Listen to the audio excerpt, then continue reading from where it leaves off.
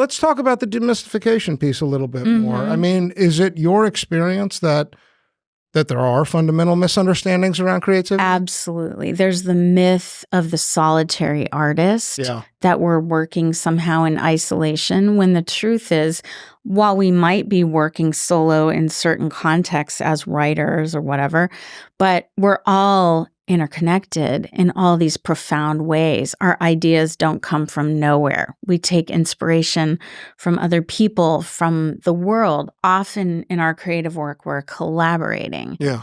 There's also this myth of the sort of, mental illness and creativity, right? Yeah.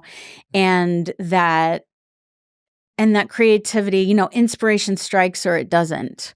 Right? Either you are feeling the creative flow or you're not. And it's like, well, actually, discipline is a huge part of it. Sitting down on a regular basis to do your work. The muse is more likely to come if you set up the conditions for it to arrive. Yeah. Right.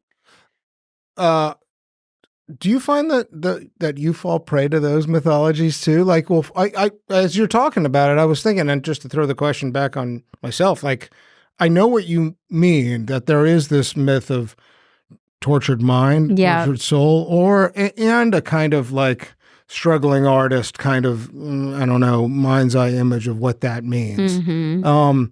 And in my own creative work, I know that to be bullshit, right? Right. But it's funny, but it still sort of can have hidden power. So I don't know. I mean, do you find that you yourself can fall prey to those myths at times? Or are you, I don't know, are you really vigilant about how those mythologies and tropes or, I don't know, framings can show up for people?